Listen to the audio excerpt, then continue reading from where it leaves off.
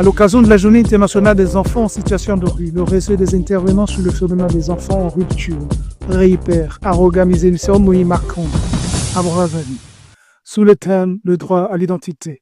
L'événement a mis en lumière des défis auxquels sont confrontés près de 30 000 enfants congolais dépourvus d'acte de naissance, dont une grande majorité vit dans la rue.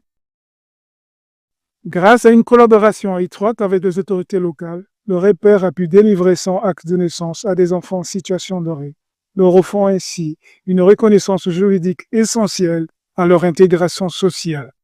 Cette initiative vise à lutter contre l'apatride et à garantir les droits fondamentaux de ces enfants, selon son coordonnateur.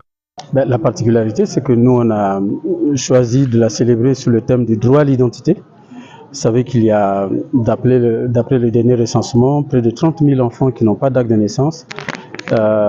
Et les enfants de rue, particulièrement, n'ont pas des actes de naissance. Et donc, nous avons travaillé afin d'obtenir, grâce à l'appui de nos partenaires, 100 actes de naissance pour les enfants qui n'en avaient pas. Et donc, nous avons voulu doter ces enfants qui n'avaient pas d'acte de naissance des actes de naissance. C'est pourquoi nous avons appelé les différentes autorités afin qu'ils donnent à ces enfants leurs actes de naissance qui ont été délivrés par la mairie de Bakongo, la mairie de Tarangaï, bien sûr, après les réquisitions qui ont été prises par le procureur de la République.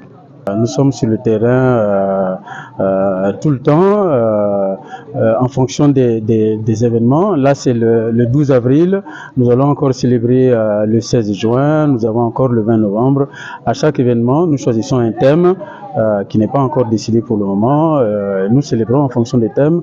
En ce qui concerne le 16 juin, les thèmes sont décidés par l'Union africaine et notre gouvernement qui va répercuter, et puis nous célébrerons en fonction des thèmes qui seront choisis.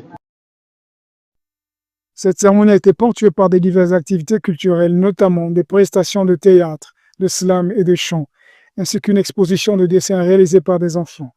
Un match de football féminin a également été organisé, mettant en avant le talent et la résilience des jeunes issus des milieux précaires. Un des bénéficiaires, un garçon ayant reçu son acte de naissance, a exprimé sa joie et sa gratitude. Je suis content d'accueillir mon identité et je vais partir à l'école. Merci beaucoup à la personne qui m'a donné la.